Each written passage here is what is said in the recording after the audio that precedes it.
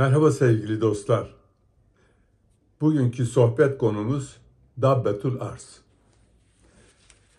Dabbetul Arz, bütün kadim dinlerde söz edilen, inanılan bir kavram, bir değer. Hristiyanlıkta var, Yahudilikte var, Zerdüştlükte var. Efendim söyleyeyim, nedir o? Babil'de var. Babil inanışlarında var. Ama bunlarda genellikle vahşi hayvan, canavar şeklinde inanılmış. Öldüren, yok eden şeklinde, mahveden, insanlara zarar veren bir hayvan şeklinde temsil edilir ve inanılır. Hatta isimleri de var onların. Beast, Dragon, Levitan, Rahabi. Bunların bir kısmının bu isimler üzerinden Hollywood'da sinemasına, filme de çekilmiş. Hatta nedir o, resimli romanlara çocukların girmiş bir konudur. Bu konu bu kadar yaygın ve çevrenin kültüründe bu kadar yer etmiş bir değer diyelim. Elbette ki Kur'an buna arkasını dönemezdi. Çünkü insanları etkileyen bir şey. Bundan dolayı Kur'an bu mitolojik varlığı, bu efsane, gerçekte var olmayan, bu boyutuyla var olmayan bir canavar yaratığı almış ama onu yaşama dair bir ilke halinde bize anlatır. Bir kural, eskinin masalını değil. Onu alıyor, bu masal, bu hikayeleri bize yepyeni, yaşama dair bir ilkeye dönüştürerek anlatıyor. Hangi ayette anlatıyor? Nem 82'de. Söylenen başlarına geleceği vakit bunlar için yerden bir dabbe çıkarırız ki bu onlara insanların ayetlerimize kesin bir dille, kesin bir iman getirmemiş olduklarını gösterir. Bu konu, yani Dabbetul Arz konusu, dediğim gibi hem kadim dinlerde hem İslam dünyasında çok yoğun bir şekilde üzerinde durulan, tartışılan bir konudur. Bu tartışmaların da hangi din adamımız, hangi hocamız ne söylemiş? Önce onlara bakalım. Önce onların Dabbetul Arz hakkındaki görüşlerini alalım. Ondan sonra da bunun üzerinde tartışmalarımıza, konuşmamıza, sohbetimize devam ederiz.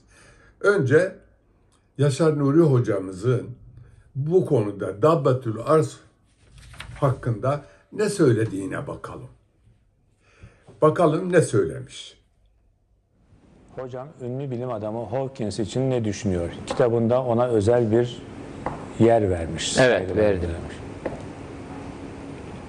Ya biraz uçuk fikir gibi gelir ama ben hüküm sadedinde söylemedim bunu. Bana göre Hawking, Kur'an-ı Kerim'in bahsettiği Dabbetül Arz'ın kendisidir.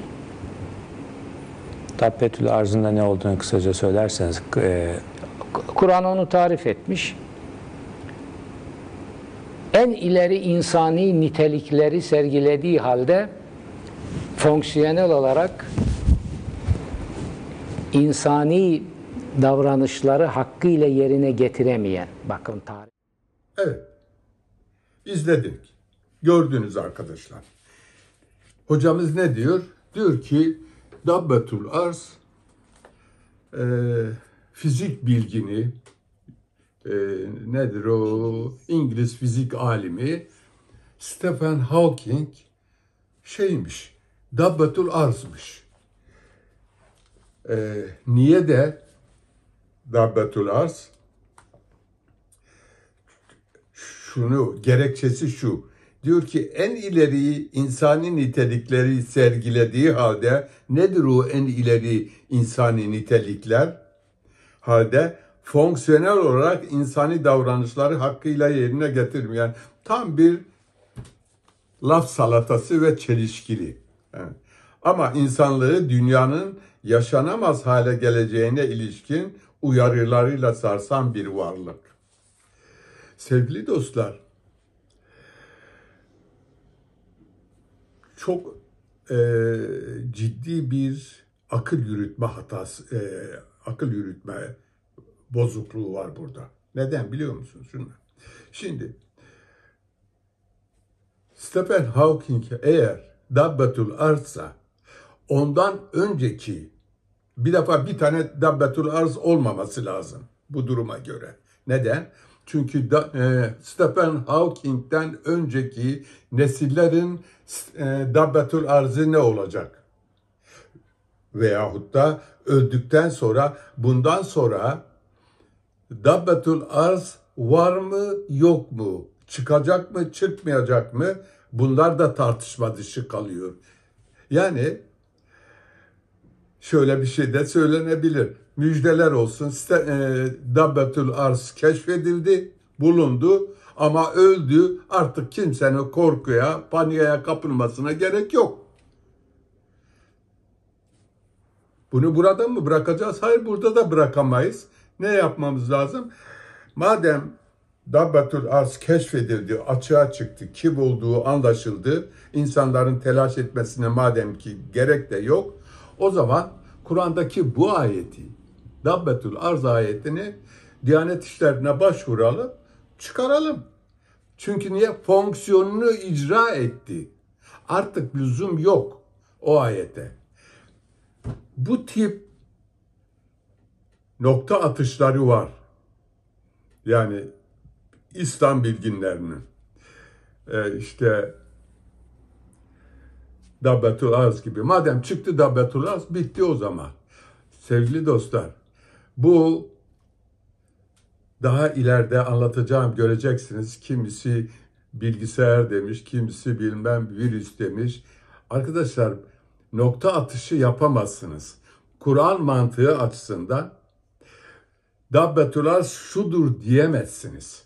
Neden diyemezsiniz? Odur dedikten sonra artık Dabbetul Arz kavramını, Kur'an'daki mesele anlaşılmış olur ve o ayetin ondan sonraki nesiller için bir şey ifade etmemesi gerekir. Oysa ki Kur'an öyle bakmaz. Kur'an bir defaya mahsus olmak üzere bir tek defalık olmuş bir olayı anlatmaz. Bütün eski hikayeler üzerinden, bütün eski hikayeleri, mitolojileri alır, onun üzerinden bir mesaj oluşturur. O mesajı anlamazsanız, o mesaj da bütün nesillere hitap etmek durumundadır ya. Hani diyorsunuz ya, Kur'an kıyamete kadar geçerlidir. Dabbet çıktıktan sonra bu ayetin kıyamete kadar geçerliliği kaldı mı? Kalmadı. Zaten ortaya çıktı. Veya ondan önceki nesiller için bir şey ifade ediyor mu? Mesela Hz. Ali zamanında Dabbetul Arz neydi? Peygamber zamanında neydi? O zaman da var mıydı, yok muydu? Eğer o zaman yok ise Kur'an bize bir masal anlatmış olur, masal kitabı olmuş olur. Yani bir zamanlar tarihi bir süreç içerisinde bir canavar, bir yaratık çıkacak. O insanlara şöyle şöyle söyleyecek, ne söyleyecekse. Ve ondan sonra bitti. Bu eski hikayeyi anlatmaktan başka bir şey değil. Mitolojiyi naklediyorsun ayet diye. Üstelik burada diyor ki en ileri insani niteliklere. Hayır, böyle bir şey yok ki. Üstelik evrensel çapta şeyin söyledikleri, Stephen Hawking'in söyledikleri bir teoridir. Yani işte gün gelecek şöyle ne olacak?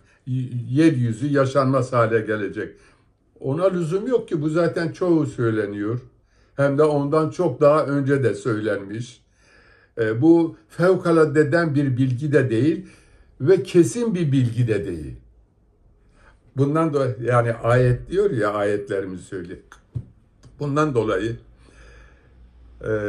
bu anlatım sevgili dostlar ne akla, ne modern bilime, ne Kur'an mesajına, ne de Kur'an üslubuna uymayan, akıl dışı bir söylemdir. Yazık. İnsanlarımıza yazık.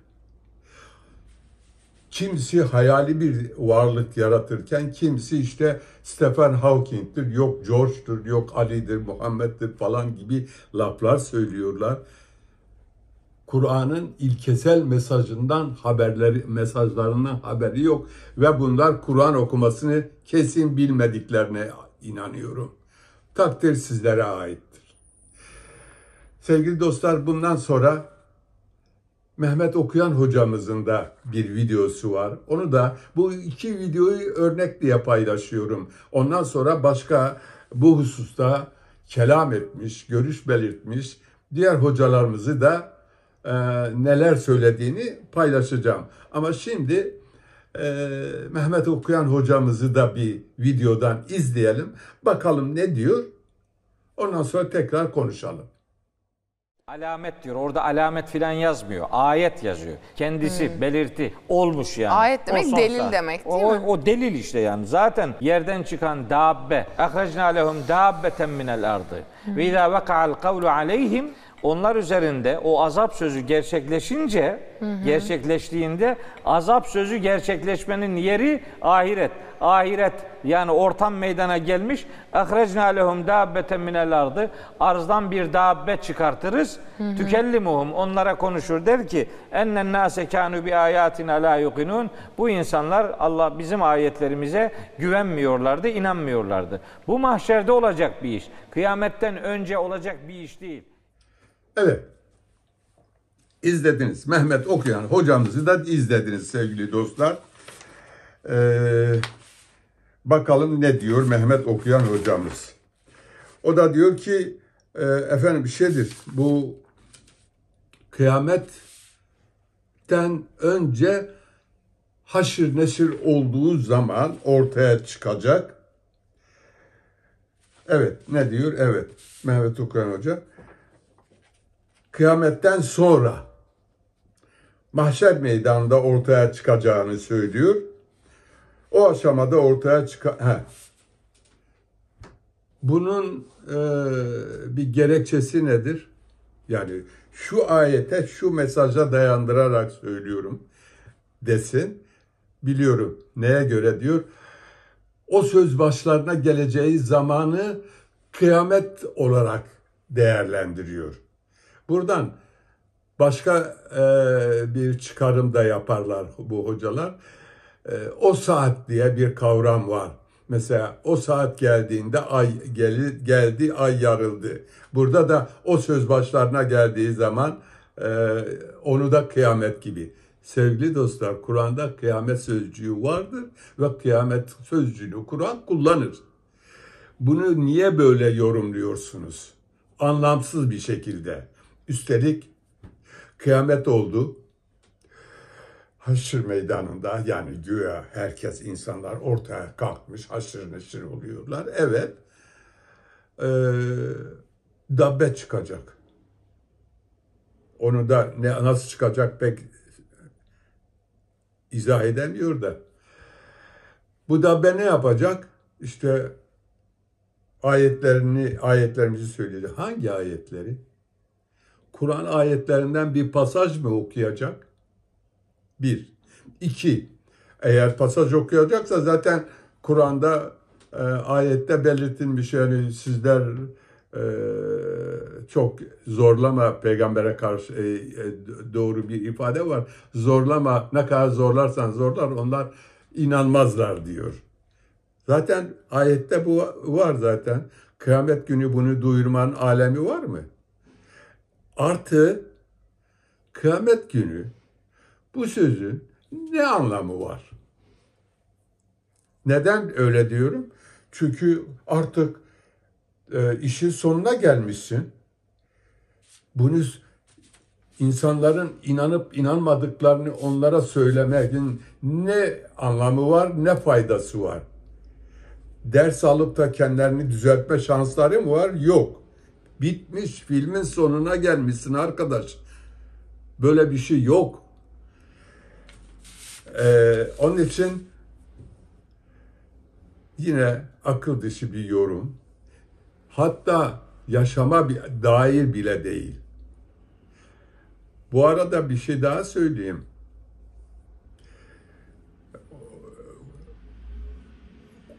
Mesaj, Kur'an mesajı adeta şeye benzer, hayata benzer. Derler ki hayat, kitap, Kur'an yazılmış kitap, hayatın kendisidir.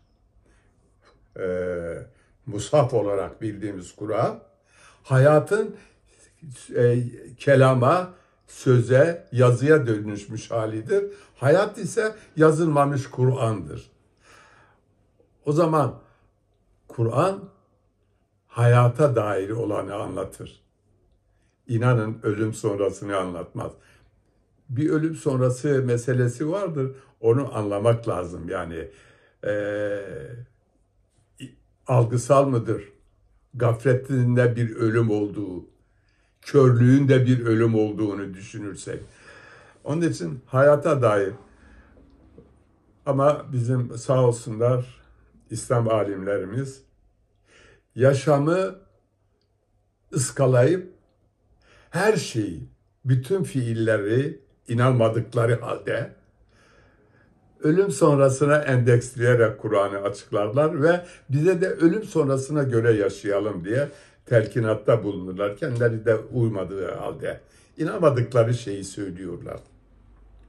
Neyse, yani burada da Dabbetul Arz kıyamette çıkıyorsa iş işten geçmiş, bitmiş, neyi duyuracak? Üstelik hangi ayetleri söyleyecek? Onu da biliyor musunuz? Orada da bir açıklamanız yok. Çünkü ayet dediği zaman Kur'an ayeti mi? Yepyeni ayetler mi? Eğer yepyeni ayetlerse veya sadece ayetler diyor, ayetlerimizi söyler, inanmazlar. Hangi ayetlerdir? Ve ne söyler? Ve insanlar bu ayetlere niye inanmazlar? Ayrıca şimdi aklıma geldi de Stephen Hawking ayette diyor ki yerden bir dabbe çıkarırız. Hawking yerden mi çıktı? Hawking debelenen bir insan mı? Sadece. Yerden de çıkmadı. Bir insandı değil mi? Bunu ne için söylüyorum? Yani ayetin ifade ettiği metnin sözünü atlayarak kelime kelime açıklama yapacaklarına kendi kafalarına göre uyduruk şeyler anlatıyorlar. Bunu nasıl izah edeceksin? Yerden bir dabbe çıkarırız. Yerden yani yerden çıkmadı. Stephen Hawking. Evet. Tabii bunlar Müslüman zihnin, Müslüman kafanın neden problemli, akletmeyen bir gruha dönüştüğü bu tip bir Kur'an anlayışında aramak lazım. Evet. Şimdi de kısa kısa sevgili dostlar şeylerden bahsedeceğim. Diğer yazarlardan, İslamcı aydınlardan. Ta en başa gidelim mesela. Rağib el-İsfahani'ye göre bu büyük bir İslam alimidir, dilcidir aynı zamanda. Diyor ki Dabbetul Arz kötü, şerli insanlardır. Bu açıklamalara kadar tutarlıysa. Yani ayetin metniyle uyumsuz bir takım sözler söylüyorlar. Akıla ziyan. Evet ben anlatırken öyle yapacağım. Kelime kelime. Yer nedir, dabbe nedir hepsini anlatacağım. Neyse. Tabii şerli kötü insanlar deyince Ondan seneler sonra, yüzyıllar sonra demişler ki o zaman Üsame bin Laden Dabbetul Arz'dır. Öyle demişler. Mesela İmam Rabbani diye bir adam var. O diyor Dabbetul Arz nedir? Böyle bir hayvan çıkacak. Niye hayvan? Onu dabbe nedir açıklayacağım zaman göreceksiniz. Neden hayvan diyorlar. Hayvan çıkacak. Gökleri bir duman kaplayıp bütün insanlara gelip canlarını yakacak. Herkes bunun acısından dua edip Ya Rabbi bu azabı üzerimizden kaldır. Sana iman ediyoruz diyecekler. Ayeti lütfen bir daha hatırlayın.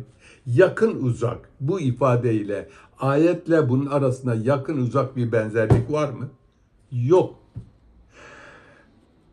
Tahmin ediyorum ki öyle düşünüyorum.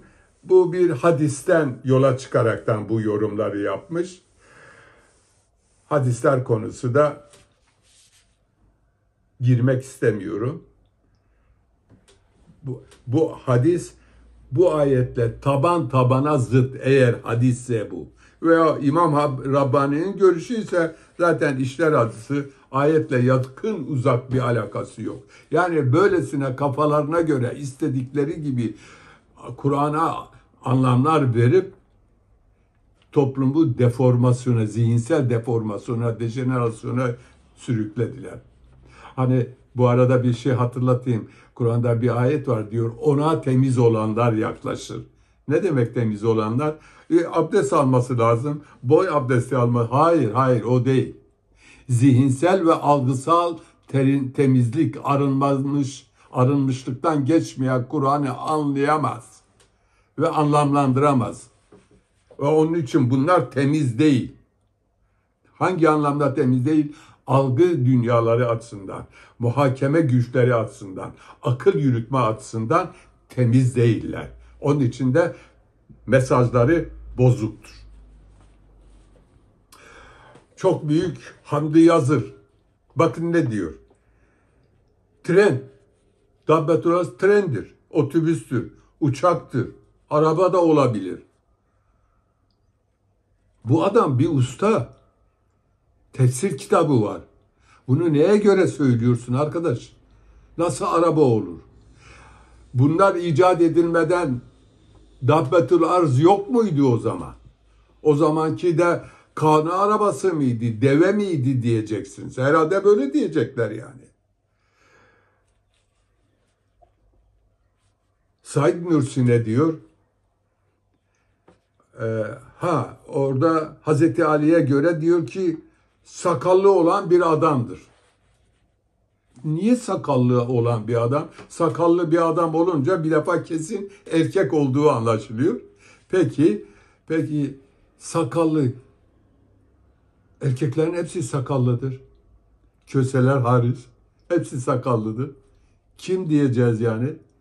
Ama rivayet o ki Hazreti Ali aslında sakallı Dabbetul Arz'ı Muaviye olarak kabul etmiş. Rivayeti anlatıyorum.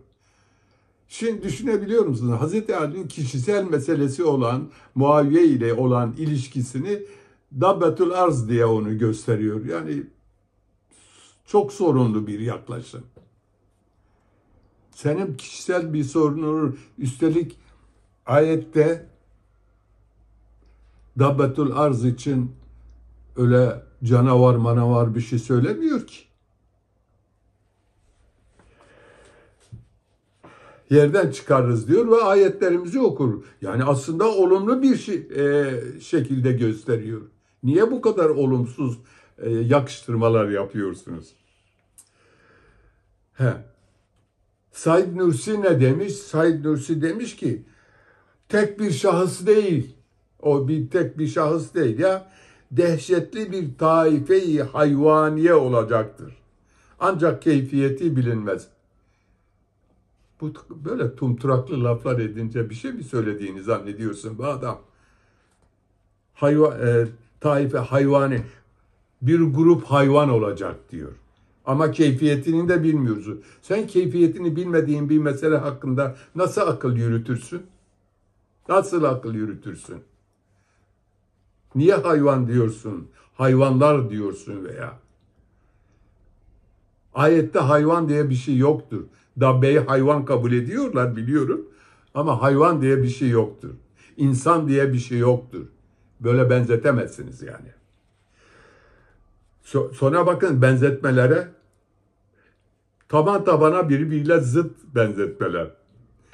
Fethullah Gülen Efendi ne buyuruyor, ne yumurtluyor diyelim. AIDS hastalığına yol açan HIV virüsüymüş. Buyur. HIV virüsüne muhatap olmayan diğer insanlar Dabbetul Arz'la muhatap olmuyor değil mi? O zaman çok özel insanlara mahsus mudur Dabbetul Arz'ın çıkışı? Böyle bir şey mi var? Veyahut da arabası olmayanın Dabbetul Arz'la ilişkisi yok mudur? Edip Yüksel. O da diyor bilgisayar. Gözünüz aydın. 50 sene sonra, 100 sene sonra bu bilgisayarlar, mevcut bilgisayarlar çöp olunca daha üst seviyelerde bugün belki 200 sene sonra hayal edemeyeceğimiz araçlar çıkarsa ne yapacağız? Onlara ne diyeceğiz?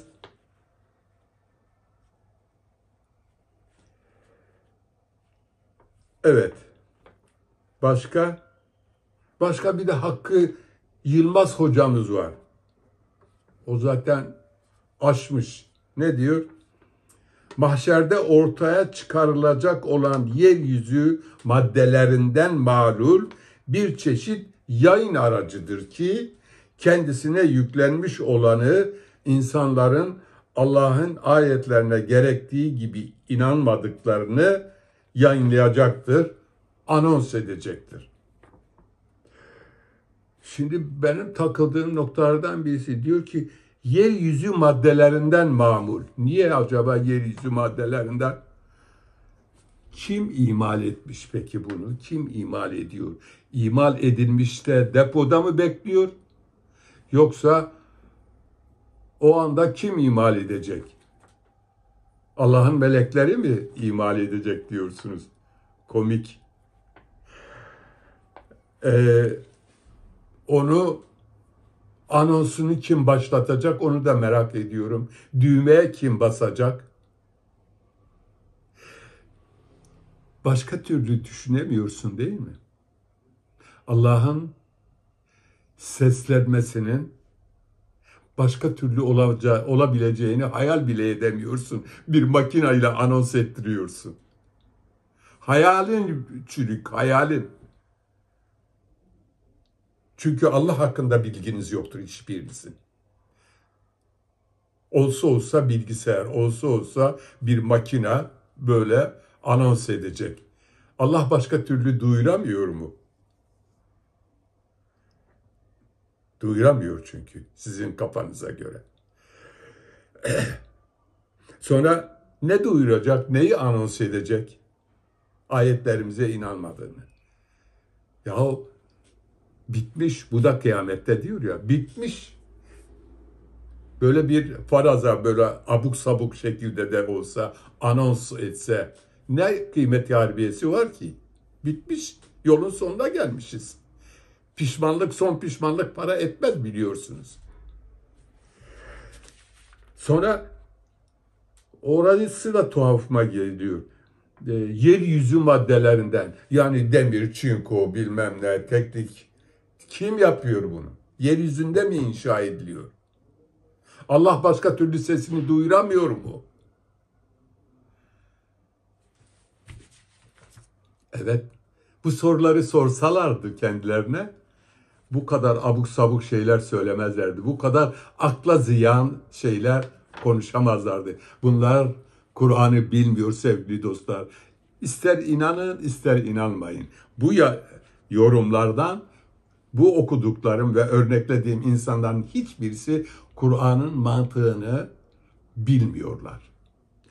Ezberledikleri eski şeyleri tekrar sizinle paylaşıyorlar. Evet, bir de Mustafa İslamoğlu'na bakalım ne söylüyor. Ona göre bu canlının Allah adına konuşan bir tür elçi olması mümkün.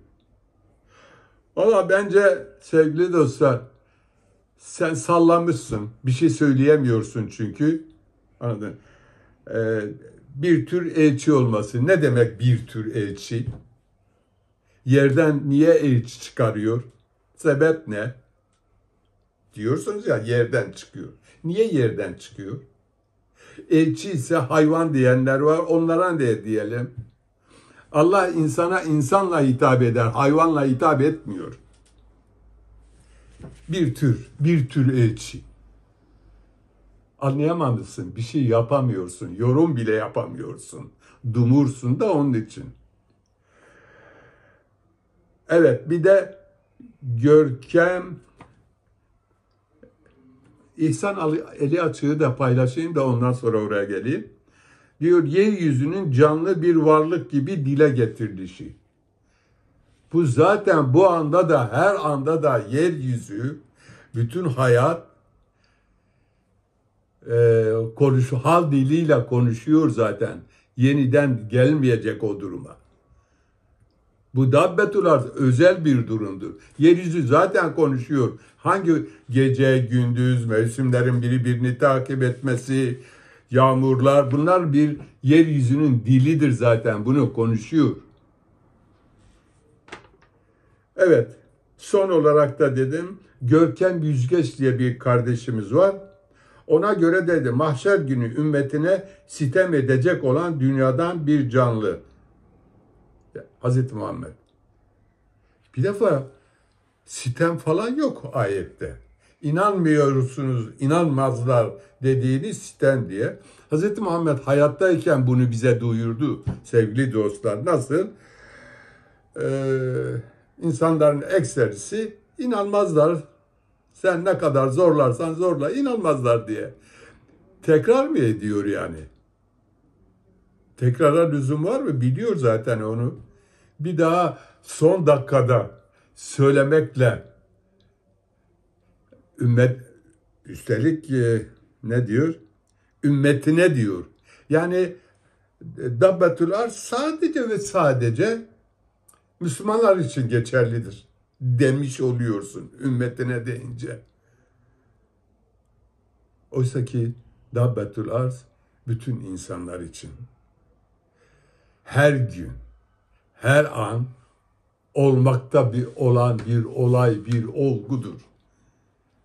Bunu açıklayacağım zaman göreceksiniz. Sevgili dostlar,